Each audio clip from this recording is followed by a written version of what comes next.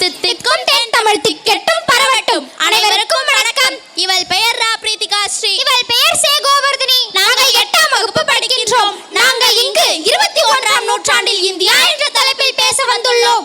உலகில் மிக சிறந்த நாடாகவும் புகழ்பெற்ற நாடாகவும் விளங்குவது நமது இந்தியா. 19ஆம் நூற்றாண்டில் இறுதியில் இருந்த இந்திய நாட்டோடு ஒப்பிட்டு பார்த்தால் வித்தியாசம் நமக்கு ஆச்சரியமாக இருக்கும். தற்போதைய இந்தியா கல்வி, தொழில், பொருளாதாரம், வர்த்தகம், அறிவியல் ஆகியவற்றில் பெரும் வளர்ச்சியை பெற்றுள்ளது.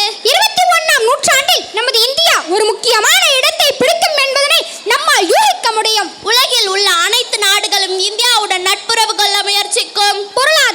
பொருளாதாரத்தில் நமது நாடு 21ஆம் நூற்றாண்டில் பெரும் முன்னேற்றம் அடையும். அனைத்து மக்களின் வாழ்க்கை தரமும் உயரும். வரும் நூற்றாண்டில் பெரிய ஏற்றுமதி நாடாக நமது இந்தியா மாறும். உலக வங்கியில் கடன் வாங்க வேண்டிய அவசியமே இருக்காது.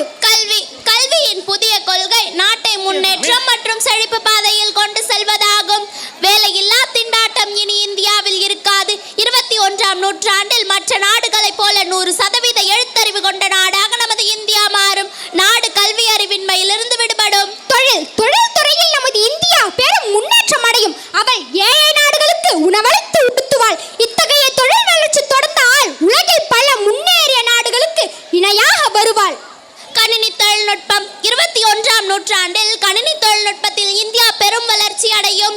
இது இந்தியாவில் ஆரம்ப பள்ளிகளில் கூட கல்வி கற்பிக்கும். விவசாயம் எதிர்காலத்தில் நமது விவசாயம் பெரும் முன்னேற்றம் அடையும். வரும் நூற்றாண்டில் பெரிய ஏற்றுமதி நாடாக நமது இந்தியா மாறும். விண்வெளி ஆய்வு 21ஆம் நூற்றாண்டில் நமது இந்தியா தனது விண்வெளி திட்டத்துடன் மேலும் முன்னேறி தனது சொந்த ஏவுதள வளாகத்திலிருந்து அதிக ராக்கெட்டுகளை ஏவுவாள். விண்வெளி ஆராய்ச்சியிலும் முன்னேறுவாள். சமூகத்துறை 21ஆம் நூற்றாண்டில் நமது இந்தியா பல சமூக பழக்க வழக்கங்களை அகற்றும். சுருக்கமாக சொன்னால் 21ஆம் நூற்றாண்டில் இந்தியா எனது கனவு நாடாக மாறும். அவள் இனி வளரும் நாடா. அவளுடைய குடிமக்கள் அனைவரும் நான் இந்தியர் என்பதில் பெருமிதம் கொள்ளுவர். அவள் இனி வளரும் நாடாக இருக்க மாட்டாள். மாறாக அனைத்து வளர்ந்த நாடுகளுடன் கைகோர்த்து செல்வாள் என்ற நம்பிக்கையுடன் விடைபெறுகிறோம். நன்றி, வணக்கம். Thank you, dear students. That was a brilliant speech.